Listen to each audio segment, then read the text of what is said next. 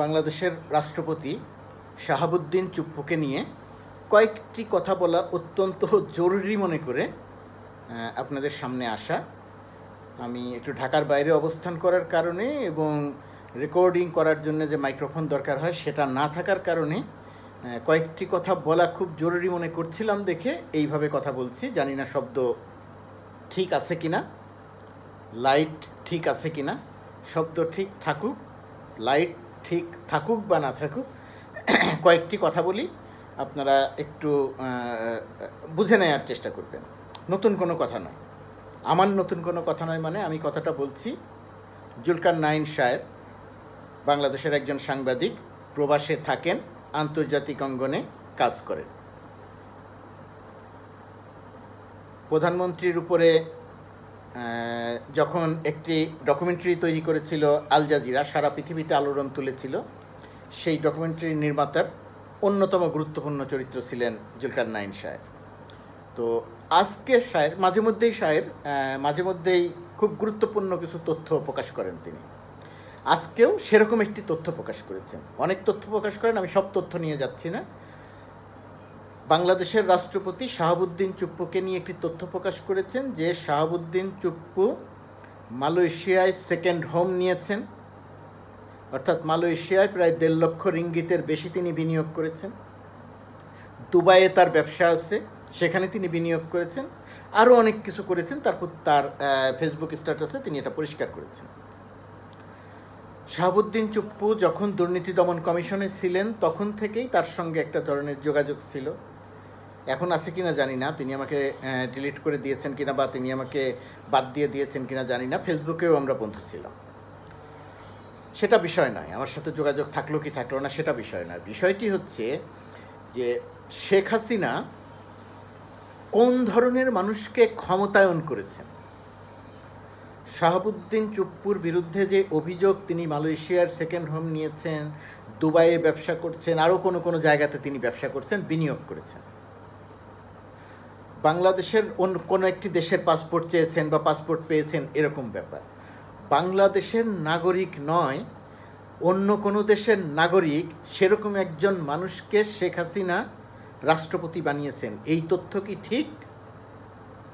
এই তথ্যটি যদি 5 আগস্টের আগে প্রকাশ করা হতো তাহলে সরকারের যে প্রোপাগান্ডা মেশিন, তারা সবাই মিলে অস্বীকার করত যে এর তথ্য সত্যি নয়। সরকারের যে প্রোপাগান্ডামূলক গণমাধ্যম, যারা এখন পলাতক,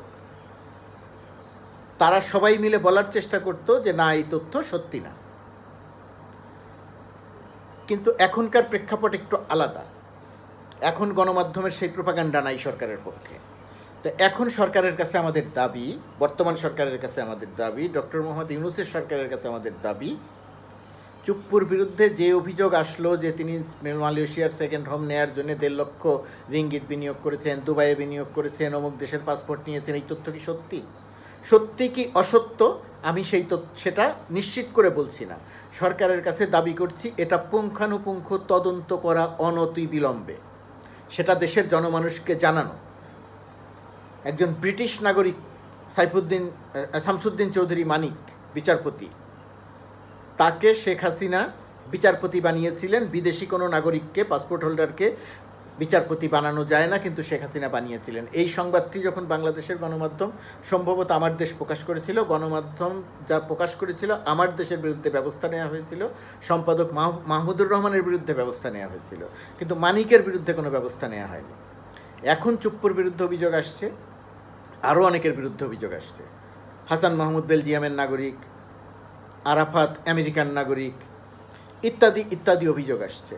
এখন এই যে শেখ হাসিনার সাঙ্গপাঙ্গরা, যারা বিদেশি পাসপোর্ট নিয়ে এসে এখানে এমপি হয়েছেন, যারা বিদেশি পাসপোর্ট নিয়ে এসে এখানে মন্ত্রী হয়েছেন, যারা বিদেশি পাসপোর্ট নিয়ে এসে এখানে বিচারপতি হয়েছেন, যারা বিদেশি পাসপোর্ট বিদেশে বিনিয়োগ করে এসে এখানে রাষ্ট্রপতি হয়েছেন, এবং তিনি রাষ্ট্রপতি হওয়ার জন্য বাংলাদেশ ব্যাংকের অনুমতি নিয়ে একটি টাকাও বিদেশে নিয়ে যাননি, তাহলে এই টাকাটি তিনি কীভাবে নিয়েছেন? অবৈধভাবে নিয়েছেন, পাচার করেছেন। রাষ্ট্রপতির বিরুদ্ধে পাচারের অভিযোগ, সেই অভিযোগটির তদন্ত হওয়া দরকার, সত্য কি মিথ্যা। আরেকটি কথা হলো, রাষ্ট্রপতি আসলে কে? রাষ্ট্রপতি কি শাহাবুদ্দিন চুপ্পু, না রাষ্ট্রপতি তার ছেলে আরশাদ হোসেন নাকি নাম? কে রাষ্ট্রপতি? মানে রাষ্ট্রপতি পদটাকে ব্যবহার করে কত রকমের অনৈতিক এবং অন্যায় কর্মকাণ্ড যে শাহাবুদ্দিন চুপ্পু এবং তার পরিবার মিলে করেছে তার হিসেব করবে কে? অতীতে কেউ হিসেব করতো না, কিন্তু এখন হিসেব করার সময় এসেছে। এখন সরকারের এই হিসেবটি করতে হবে। আরশাদ হোসেন রাষ্ট্রপতির নাম ব্যবহার করে কি কি অপকর্ম করেছেন, কোথায় কোথায় অপকর্ম করেছেন, কি কি ব্যবসা করেছেন, কি কি অনৈতিক কর্মকাণ্ড করেছেন, সেটা তদন্ত হতে হবে।